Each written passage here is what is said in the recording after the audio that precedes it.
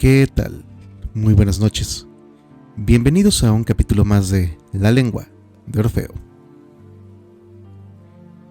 Esta noche vamos a abrir un pequeño portal hacia esos momentos aparentemente sencillos de la vida, pero que sin que lo sepamos terminan marcándonos para siempre. El cuento que hoy leeremos lleva por título Cleopatra, de Mario Benedetti. Publicado en 1989 dentro del libro Despistes y franquezas, y como suele suceder con Benedetti, detrás de una historia cotidiana se esconde una mirada profunda, casi quirúrgica sobre la identidad, la memoria y los primeros pasos hacia la madurez. Nuestra protagonista es Mercedes, la única mujer en una familia rodeada por 6 hermanos varones. Desde niña ha crecido entre bromas, cuidados excesivos y ese ambiente rudo pero también protector que suele formarse cuando lo femenino aparece como excepción dentro de lo masculino. Sin embargo, todo cambia en una noche muy particular. Es el carnaval de 1958, y Mercedes, disfrazada de Cleopatra, decide salir al mundo acompañada por sus hermanos.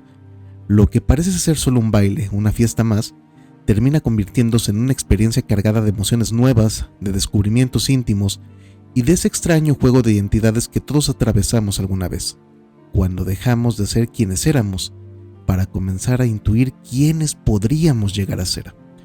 Porque en el fondo, este cuento no habla solo de un disfraz. Habla del instante en que alguien se mira por primera vez desde fuera y descubre que ya no es la misma persona.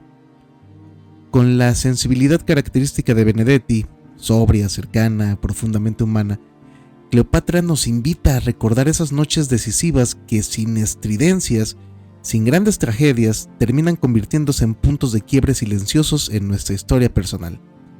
Acompáñenme, apaguen por un momento el ruido del día y dejemos que esta breve pero intensa historia nos lleve a un carnaval donde la ilusión, la inocencia y el despertar se mezclan bajo una misma máscara. Comenzamos con la lectura de Cleopatra, de Mario Benedetti.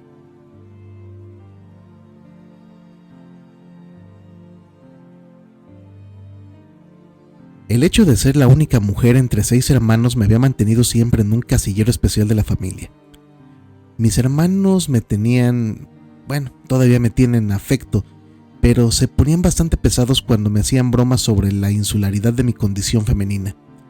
Entre ellos intercambiaban chistes de los que por lo común yo era la destinataria, pero pronto se arrepentían, especialmente cuando yo me echaba a llorar, impotente, y me acariciaban o me besaban o me decían: «Pero Mercedes, ¿nunca aprenderás a no tomarnos en serio?». Mis hermanos tenían muchos amigos, entre ellos Dionisio y Juanjo, que eran simpáticos y me trataban con cariño como si yo fuese una hermanita menor. Pero también estaba Renato, que me molestaba todo lo que podía, pero sin llegar nunca al arrepentimiento final de mis hermanos. Yo lo odiaba, sin ningún descuento, y tenía conciencia de que mi odio era correspondido. Cuando me convertí en una muchacha, mis padres me dejaban ir a fiestas y bailes, pero siempre y cuando me acompañaran mis hermanos. Ellos cumplían su misión cancerbera con liberalidad, ya que una vez introducidos ellos y yo en el jolgorio, cada uno disfrutaba por su cuenta y solo nos volvíamos a ver cuando venían a buscarme para la vuelta a casa. Sus amigos a veces venían con nosotros, y también las muchachas con las que estaban más o menos enredados.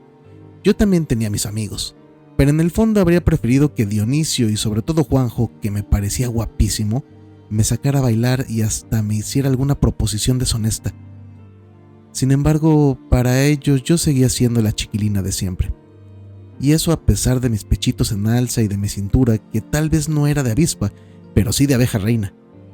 Renato concurría poco en esas reuniones, y cuando lo hacían ni nos mirábamos. La animadversión seguía siendo mutua. En el carnaval de 1958 nos disfrazamos todos con esmero, gracias a la espontánea colaboración de mamá y sobre todo de la tía Ramona, que era modista. Así, mis hermanos fueron, por orden de edades, un mosquetero, un pirata, un cura párroco, un marciano y un esgrimista. Yo era Cleopatra, y por si alguien no se daba cuenta, a primera vista de quien representaba, llevaba una serpiente de plástico que me rodeaba el cuello. Ya sé que la historia habla de un áspid, Pero a falta de áspid, la serpiente de plástico era un buen sucedáneo. Mamá estaba un poco escandalizada porque se me veía el ombligo, pero uno de mis hermanos la tranquilizó. No te preocupes, vieja, nadie se va a sentir tentado por ese ombliguito de recién nacido. A esa altura yo ya no lloraba con sus bromas, así que le di al descarado un puñetazo en pleno estómago que lo dejó sin habla por un buen rato. Rememorando viejos diálogos le dije: disculpa, hermanito, pero no es para tanto. ¿Cuándo aprenderás a no tomar tan en serio mis golpes de karate? Nos pusimos caretas o antifaces. Yo llevaba un disfraz dorado para no desentonar con la pechera áurea de Cleopatra. Cuando ingresamos en el baile, era un club de Malvín, hubo murmullos de asombro y hasta aplausos. Parecíamos un desfile de modelos. Como siempre nos separamos y yo me divertí de lo lindo. Bailé con un arlequín, un domador, un paje, un payaso y un marqués. De pronto, cuando estaba en plena rumba con un chimpancé, un cacique piel roja de buena estampa me arrancó de los peludos brazos del primate y ya no me dejó toda la noche. Bailamos tangos, más rumbas, boleros, milongas y fuimos sacudidos por el recién estrenado seísmo del rock and roll. Mi pareja llevaba una careta muy pintarrajeada, como correspondía a su apelativo de cara rayada. Aunque forzaba una voz de máscara que evidentemente no era la suya, desde el primer momento estuve segura de que se trataba de Juanjo. Entre otros indicios me llamaba a mí por mi nombre, y mi corazón empezó a saltar al compás de ritmos tan variados. En ese club nunca contrataban orquestas, pero tenían un estupendo equipo sonoro que iba alternando los géneros, a fin de, así lo habían advertido, conformar a todos. Como era de esperar, cada nueva pieza era recibida con aplausos y abucheos, pero en la siguiente era todo lo contrario, abucheos y aplausos. Cuando le llegó el turno al bolero, el cacique me dijo: esto es muy cursi. Me tomó de la mano y me llevó al jardín, a esa altura ya colmado de parejas, cada una en su rincón de sombra. Creo que ya era hora de que nos encontráramos así, Mercedes. La verdad es que te has convertido en una mujercita. Me besó sin pedir permiso y a mí me pareció la gloria. Le devolví el beso con hambre atrasada. Me enlazó por la cintura y yo rodeé su cuello con mis brazos de Cleopatra. Recuerdo que la serpiente me molestaba, así que la arranqué de un tirón y la dejé en un cantero con la secreta esperanza de que asustara a alguien. Nos besamos y él murmuraba cosas lindas en mi oído. También acariciaba de vez en cuando, y yo diría que con discreción, el ombligo de Cleopatra, y tuve la impresión de que no le pareció el de un recién nacido. Ambos estábamos bastante excitados cuando escuché la voz de uno de mis hermanos. Había llegado la hora del regreso. Mejor te hubieras disfrazado de Cenicienta, dijo cara rayada con un tonito de despecho. Cleopatra no regresaba a casa tan temprano. Lo dijo recuperando su verdadera voz y al mismo tiempo se quitó la careta. Recuerdo ese momento como el más desgraciado de mi juventud. Tal vez ustedes lo hayan adivinado. No era Juanjo, sino Renato. Renato, que despojado ya de su careta de fabuloso cacique, se había puesto la otra máscara, la de su rostro real, esa que yo siempre había odiado y seguí por mucho tiempo odiando. Todavía hoy, a 30 años de aquellos carnavales, siento que sobrevive en mí una casi imperceptible hebra de aquel odio. Todavía hoy, aunque sea mi marido.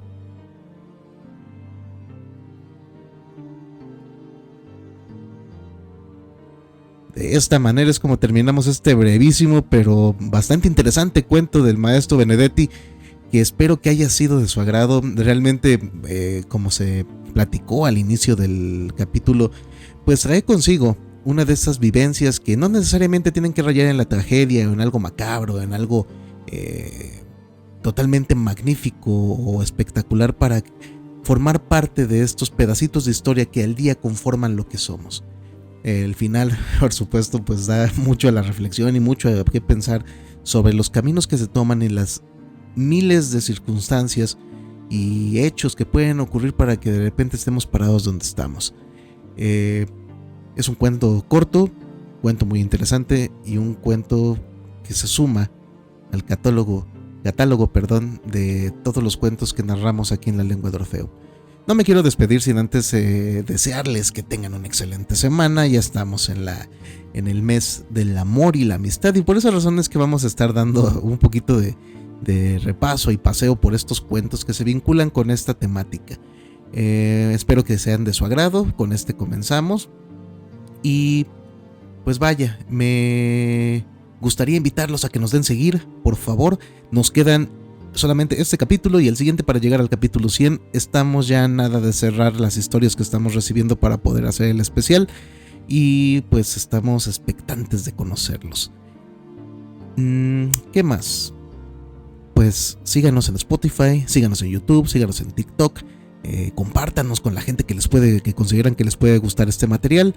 Y pues nada, yo no puedo hacer más que agradecerles el favor de su atención. Mi nombre es Juan Luis Venegas. Esto fue La Lengua de Orfeo con Cleopatra de Mario Benedetti, y nos escuchamos hasta la próxima historia. Bye.